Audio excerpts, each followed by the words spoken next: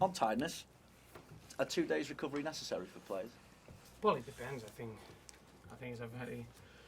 Everyone is very interested on that debate. You can imagine the resting period in a player is very much individual. It depends what age you are, what type of player you are, what moment of the season it is, how many minutes you accumulated.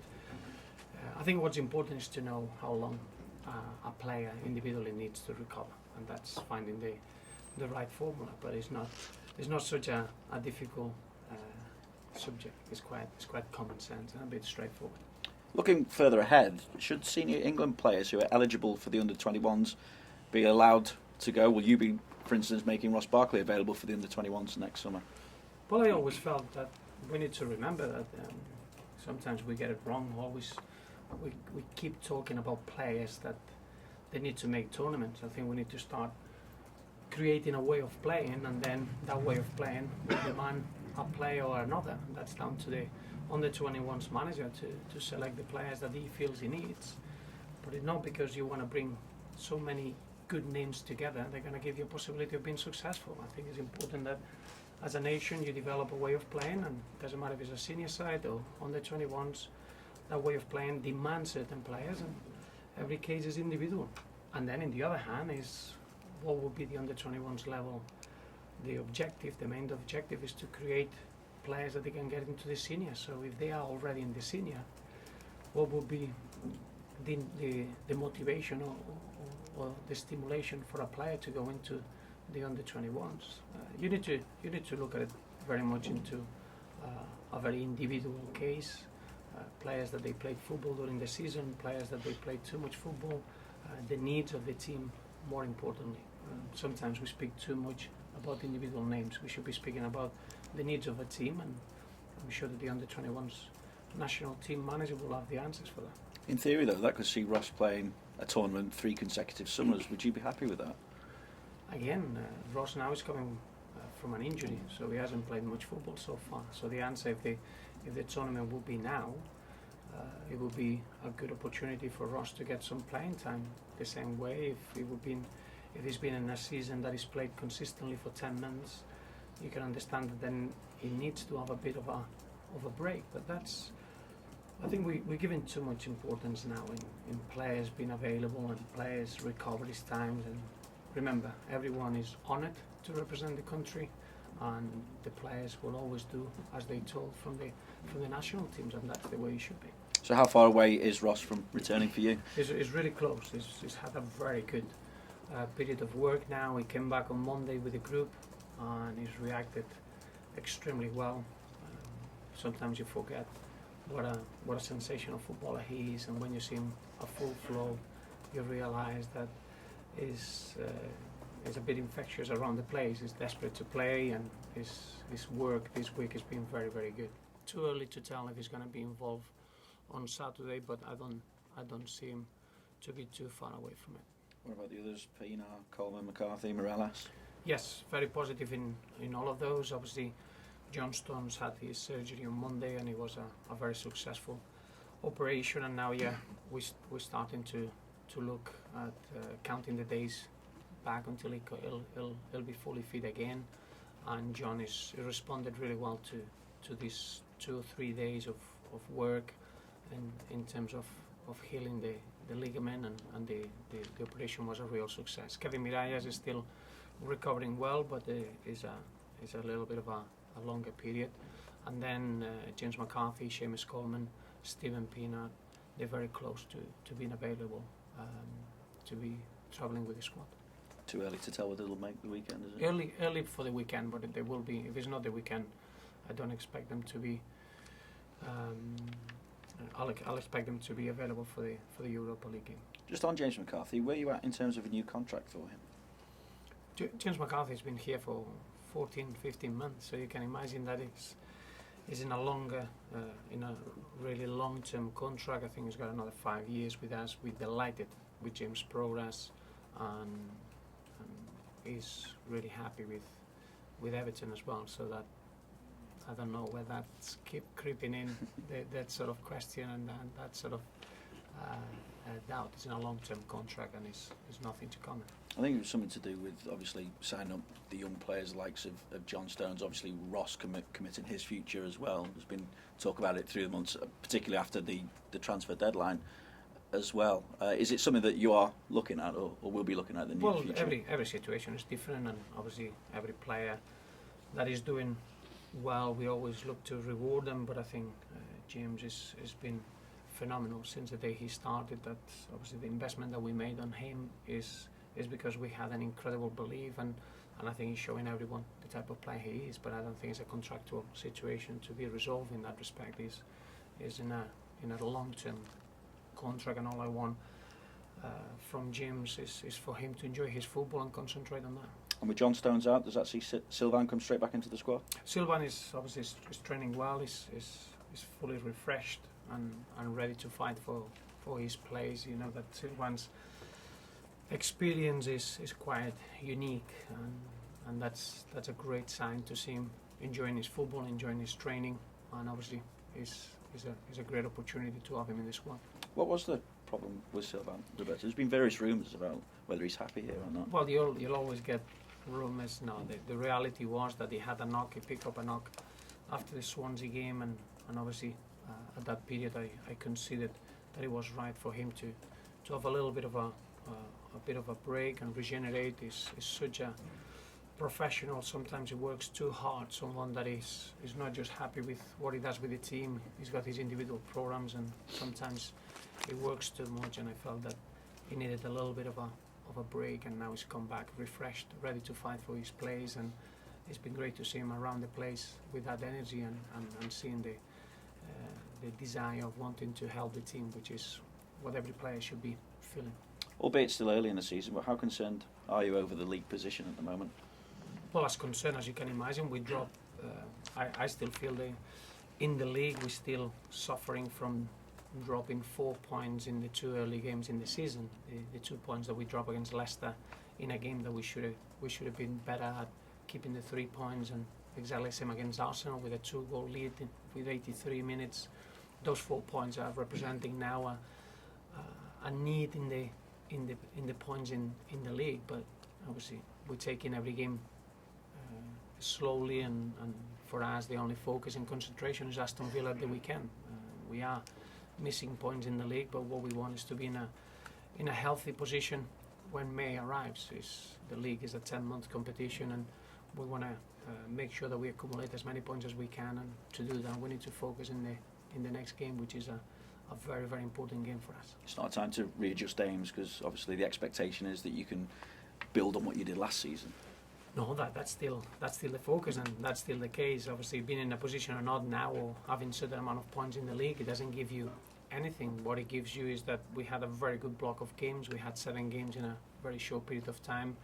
We used 22 outfield players in a period of 3 weeks, which you can imagine the amount of information, and the competition for places is fantastic. I'm delighted with where we are with the squad. Obviously, all the work that we're going to do is going to be reflected with the scorelines, and that's where the focus is. It's not a moment to assess where we are in the league. It's a period in the league that we're working extremely hard to get ourselves in the best possible position before we start the final third of the competition, and that will always be the case. But we understand we missed, or we dropped a few points that we shouldn't, and now we are ready as a football club to make sure that every game that we go into, we are as good as we can to get as many points as we should deserve with our performances, and that's where we are. No, we don't.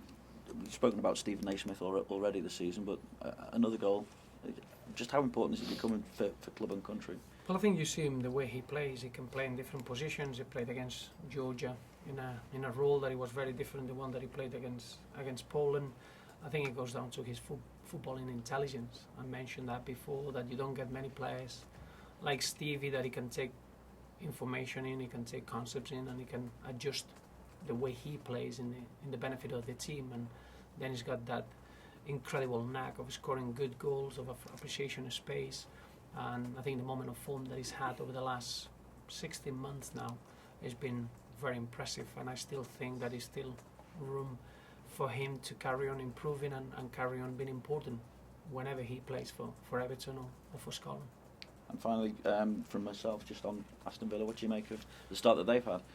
Well, I think we all know Aston Villa probably is the last team that you want to play at home. They are a really, really strong team away from home. I think at home they've been very unfortunate with the type of opposition that they had to play, but they got a very good win away from home at Stoke early on in the season. We all know how difficult it is to go to the Britannia Stadium, and then they went to Anfield and got a really impressive result there. So we know that they're really hard working, they're very dynamic, and then they always carry a really strong threat with the likes of Christian Benteke, obviously Charles Njogbia, Weimann, Agbon Lahore. The talent in the forward line is there to be recognised, and then they're well organised, and as always Paul Lambert gets teams to be very dynamic, that they know how to defend but they know how to attack and create problems. So we know we'll have to be perfect, but as I said before, we dropped too many points in for our liking as a football club in the league, and we need to make sure that we start making sure that the scorelines reflect how good the performance can be, and that's a focus. How's Romelu doing for you at the moment? Paul Romelu is still finding his best moment of form. Any player that comes back from our World Cup, you always take a little bit of a transitional period to try to get your fitness back to normal, your mental refreshment, if you want. I think Rom is done incredible to make himself available for the games that we had. He's played a lot of games. Only Tim Howard has played the same amount of games as Rom, and probably his desire of wanting to help the team is stop him being able to concentrate on being fully fit. The reality is that over the next few weeks we're going to concentrate and try to give him that physical element that he needs, but Rom is a young man that is going to be a very, very important player for us. In terms of the physical element that he needs, is that in terms of match fitness or other fitness, or? A bit of both. When you come back from the World Cup, obviously you need to be able to recover from the demands of the previous season. I thought clearly it was the most demanding professional season that Romelu's had in his career, and then obviously he had to cope with a World Cup in Brazil, and that always affects the start of the next season. Then he had a toe injury. He couldn't really put the work in that we wanted to put in, but that was the reason was for him to make himself available and being able to play games. I think now he's got a good level of fitness through the games that he's played, even though we need to get back to his best levels of power and pace that makes him such a unique footballer. So it's a responsibility we got at the club to make sure that we get him fully fit to be able to enjoy his football. But it's a normal period when you come back from a big demanding tournament like the World Cup, and after a demanding season like he had. So we're really excited about the next 8 months of competition, because Romelu will be ready to enjoy his football once more. So would taking him out of that spotlight? No.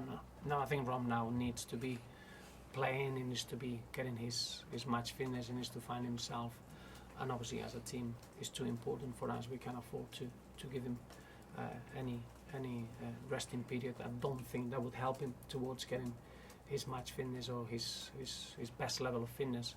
But what I love about Rom is his attitude. He's never an excuse. He's never something to moan about. He just wants to be on the pitch. He wants to help the team, and he'll accept any sort of moments of form that he can get through it. And we've seen a couple of glimpses of Ty Browning again this season at Liverpool, at Manchester United. Is he getting nearer to maybe to starting place as well? I think he's ready. I think Ty is probably the last little bit of a challenge that we had with him. It was if he could cope with the big environments, and obviously throwing him in a derby or throwing him in the later stages of the game against Liverpool, and then allowing him to come on at Old Trafford. It was a clear example, a clear test that he's ready for it. I thought he coped with the occasion fantastically well. I think he's going to be a terrific defender, someone that is not normal to have that power and that defensive quality with that pace. That's what it makes him different from other players. But obviously still a young man, and we want to make sure that we develop him properly and fulfill his potential. But I've been very surprised with his character and the way he's coped with the two challenges that he's been thrown. I think we've got a special player for the future. Perhaps a chance of starting on Saturday?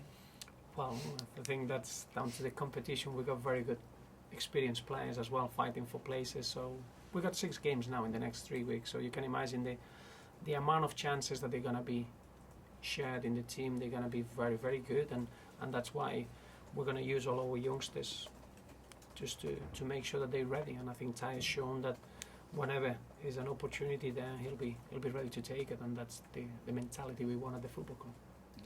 You mentioned earlier you used 22 outfield players in a period of 3 weeks. Does that not give you an issue consistency-wise? No, I think obviously it meant 22 players since the start of the season. That shows you that we have very strong squad. I think that shows you that we're ready to face whatever comes our way. We're not a team of trying to highlight the players that they know there. The focus goes to the players that they are available and they're ready, even if they are young players that they're making their debuts. And I've been delighted. The quality that we have in the squad is exactly what we need to cope with the league, with the Europa League and the domestic cup competition. So that for me is a real plus and a real positive. Where we are now compared to last season, I do think that our potential going into the rest of the campaign is stronger and better than where we were last season. So now we need to make sure that we get the results to go along, because as you know, good results bring confidence and that allows you to reach better levels of performance. But in terms of where we are now, we are a stronger squad than we were at this stage in last season. Can you clarify something on Sylvan? You said you felt he needed a rest. Does that mean he could have played if you required him to play? No, he could have played the last game, yeah, against Manchester United and probably Krasnodar maybe. But the little knock that he had stopped him from being available in the next game, in the Liverpool game, and from that point on, it was just making sure that he could recover from that point. But you need players fully fit, you need players that they are ready to perform, and Sylvan is ready. He's been training really well the whole week, and it's great to see him with that desire and that freshness about himself. Is it easy to manage someone like Sylvan? Because obviously his experience, he knows his own body, he wants to play as much as he can. Is it an easy decision to say to him, you've got to sort of sit this one out and a bit longer term? No, I think it's every player wants to play, and the moment that you lose the desire to play, you're not going to last in this position as a player. You want to play every minute, and that's the way it should be. But in the same way, you're looking at it all. The whole season is 10 months with a lot of competitions, with a lot of minutes, and it goes down to being ready and having the right mentality as a football club, and that means that as a player you need to be ready whenever you're on the pitch, and obviously as a player you want to be 100% whenever you are on the pitch. So it's not an issue at all. It's making sure that over the course of the season you are as ready as you can whenever you're on the pitch, and you're able to enjoy your football, and that's what we need to make sure that every player is in that position. Roberto, what was Sylvan's knock that kept him out last? It was a dead leg. Dead leg. Just a dead leg. It was the right thigh. Thank you.